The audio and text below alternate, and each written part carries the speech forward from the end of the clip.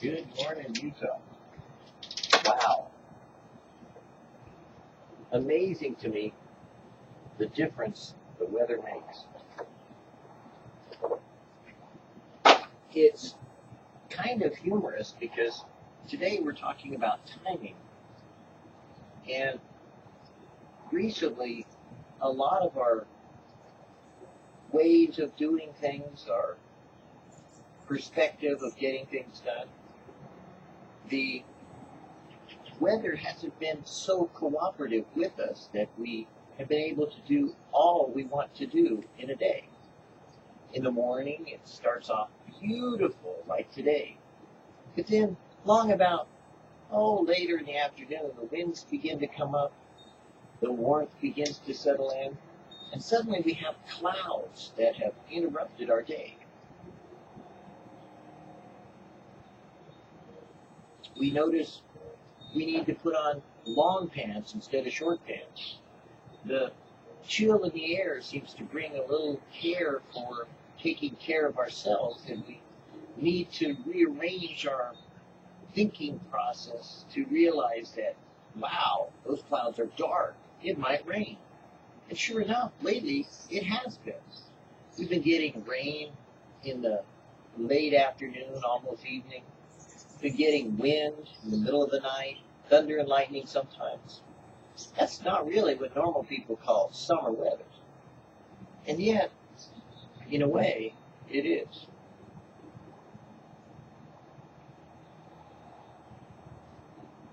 God has interesting things to say to us. Often, our thoughts on any subject are the wrong thoughts. Our ways of doing things often aren't His ways of doing things.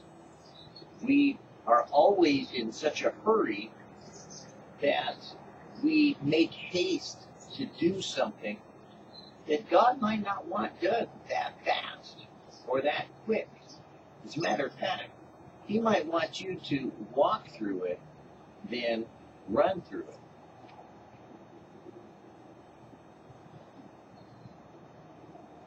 I've noticed that older people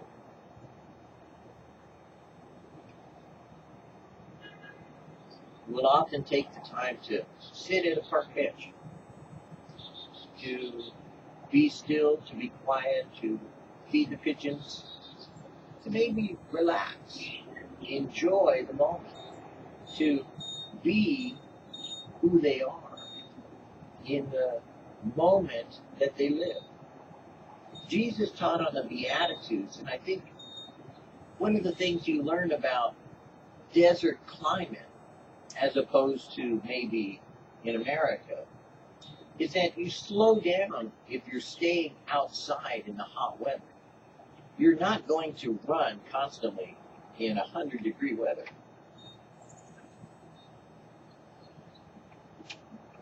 Matter of fact, when my wife and I were down in Mesquite, it was up to 110 and 109, and pretty hot at night even, 80s and 90s. We learned pretty quick to stay inside the room we were in with air conditioning. They didn't want to be outside in the hot weather. But God was speaking to me about that kind of weather in the sense that how enveloped I was by it, how controlled I was to it, and how much I had to slow down to not do much activity, but to get out of it. Sometimes that's what God intended when we talk about Sabbath or Shabbat or Sabbath. God bringing the children of Israel out of Egypt, living next to the Nile, living in the land of Goshen, they were pretty much used to a different kind of weather. Off the Mediterranean Sea, you could get those breezes. Oh, it'd still get hot, but it was a different kind of heat.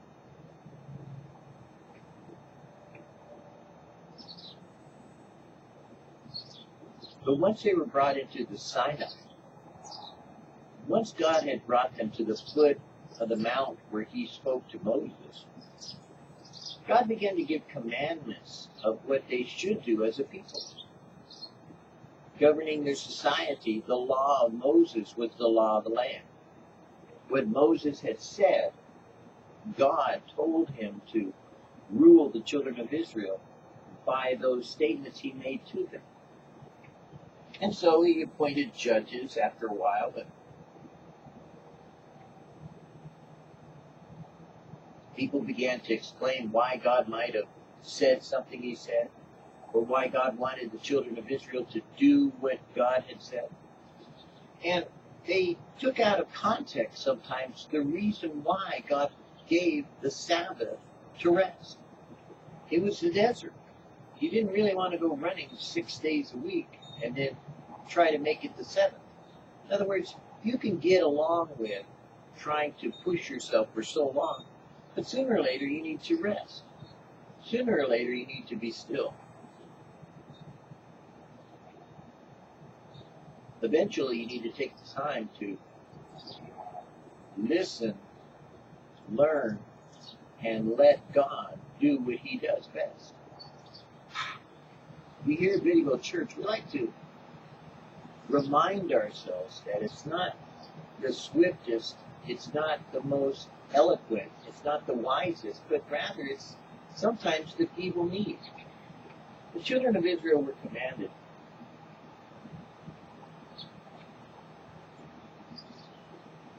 whenever they pitched tent to only go so fast as the slowest could go. I don't know about you, but that's not a way to run a race. The way to win the race is people run faster to get there first. But God has an interesting way of looking at running the race.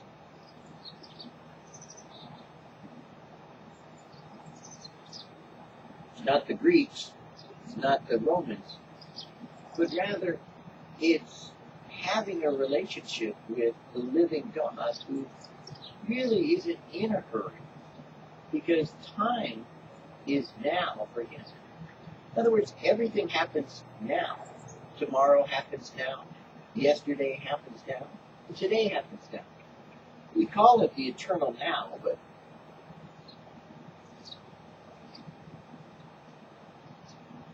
really what it means is that God isn't limited by time. We think of things in time spans, saying tomorrow we'll do something, and yesterday we'll try to forgive ourselves for something, or start something we started, finish something we started yesterday and continue it today.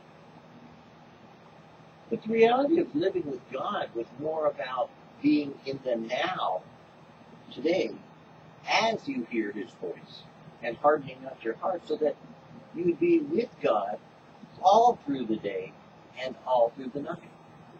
That it would be a walk in the Spirit.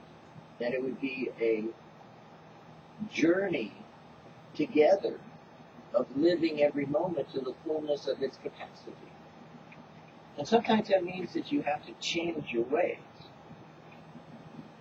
change your mindset.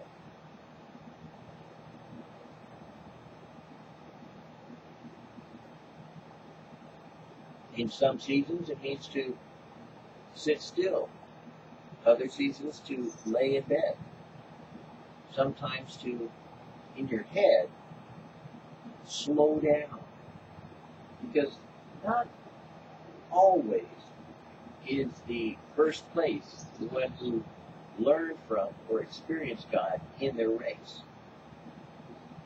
What I've discovered is that a lot of people that know what they're doing, they don't hurry. They don't rush.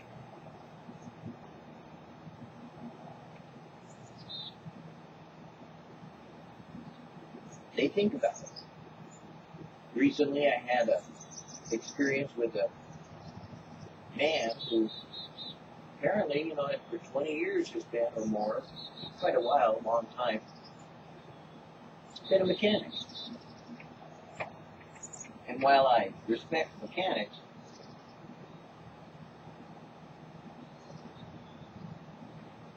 I know how wrong they can be sometimes.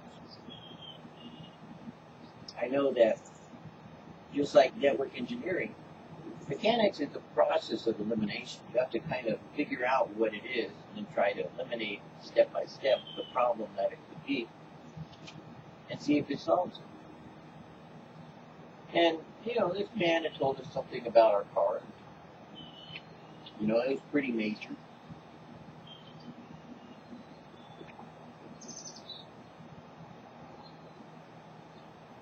Caused me some great concern because it was out of our price range. Would have caused us some frustration, aggravation, consternation to plan out how to take care of this issue with the car. Then I decided that I would look at it and just kind of didn't sound right. So I looked at the car and I couldn't find what the man was talking about, and we went for a second opinion. We took it to someone who had worked on the car before and who was pretty much familiar with any issues that might come up. And that man, the second man, being a mechanic and being that he was older, took the time to eliminate what it wasn't and then prove what it was. And as it turned out, it was simpler than we thought. And so, one of the things you'll find about people overreacting to circumstances or to life is that they will jump to conclusions. They will rush to a result. They will hurry their estimation. And sometimes, by way of God just using those circumstances, will teach that person by failure what he wanted you to do to be a success. Sometimes that might be like Chuck Smith, slowing down your conversation. You're learning to choose your words wisely, to speak correctly, to have your conversation as becoming the children of God. Other times it might be moving quickly to accomplish a purpose that God may have you to do.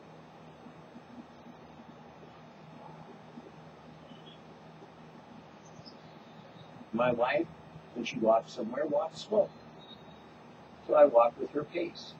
When I'm by myself, I walk fast, and I mean really fast. My mother was a very fast walker, shorter than I am, but I picked that up from her. And so the other day I was walking in the rain, trying to get out of the rain. I walked fast. But I walked slow and I got soaked. So, for a time and a purpose and a plan, God always has His own will to arrange those things for their season, for their time, for their purpose. We like to say in that famous song, to everything there is a purpose under the sun, a time to be born, a time to die.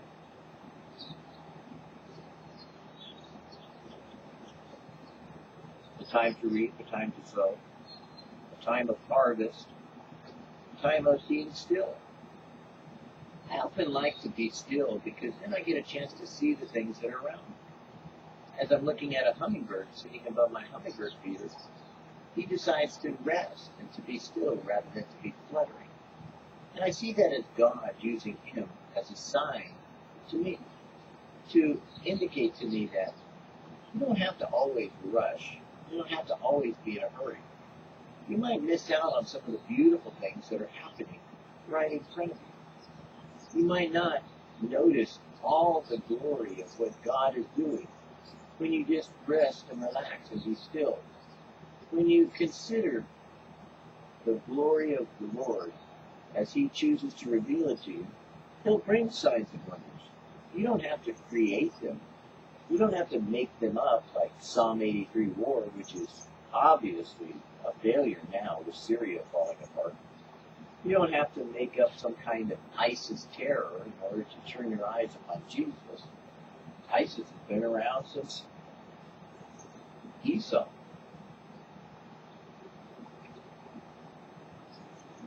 Matter of fact, one of the things that Jesus said about Christians and about people who walk with God and talk with God and follow hard after God would be that signs and wonders would accompany those that believe in Him. And I know that often most Christians don't see signs and wonders or hear from God because they're in a hurry. They're worried. They're frustrated. They may be aggravated. They may have gone out and got consternated by the things they think are important, as opposed to the things that God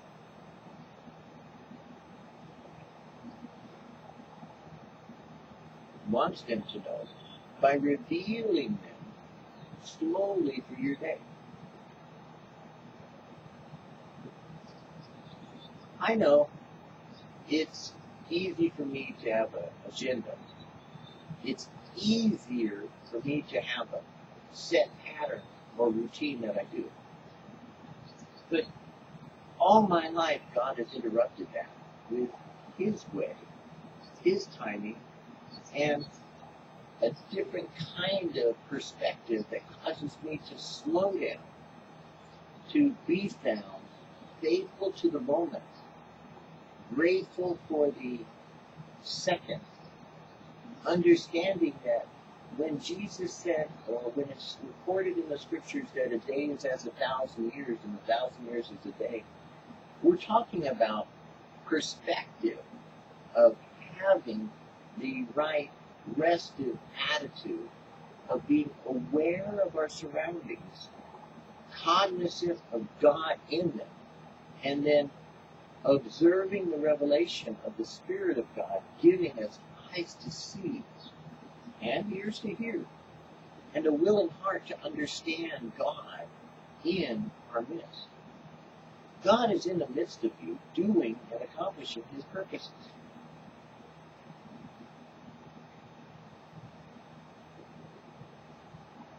Admittedly, you don't always notice Him. You may not always recognize Him. He may come to you as a stranger unaware. He may send angels. He might send a neighbor or a friend. He might be that phone call or that text message. He might be that video you're looking at on YouTube. He might, in some way, show you something He's shown no other if you're willing to open your eyes, slow down with your ears, zip it to lip it, in other words, don't speak with your mouth, but wait on the Lord. Look for His return to you today, not His return for the church or the rapture or all the other things that we get caught up with others about, but one-on-one, you and Him alone. If you'll be still and wait and watch and look, you'll see God. There are so many people that tell me they can't see God because the scripture says no man has seen God at any time but the Son has revealed Him. Well, that's true in the context of no one has seen God in His glory. But in sending those representatives of who He is, of how He is, of what He is, the Spirit of God has been sent to you to allow you to comprehend God is with you today. God is in the midst of your day. God is in every way possible, shape, and form, revealing today that He's still the same as He was in the beginning of creation, as He will be at the end.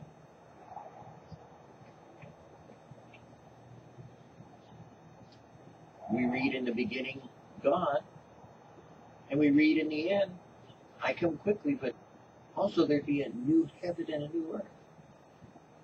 We're told in 6 days the Lord created the heavens and the earth, and the seventh day He rested. In the new heaven and the new earth, I don't know what it'll be like, but I know this. God will be in it. I don't know what your day is like today. I don't know if you're late for work,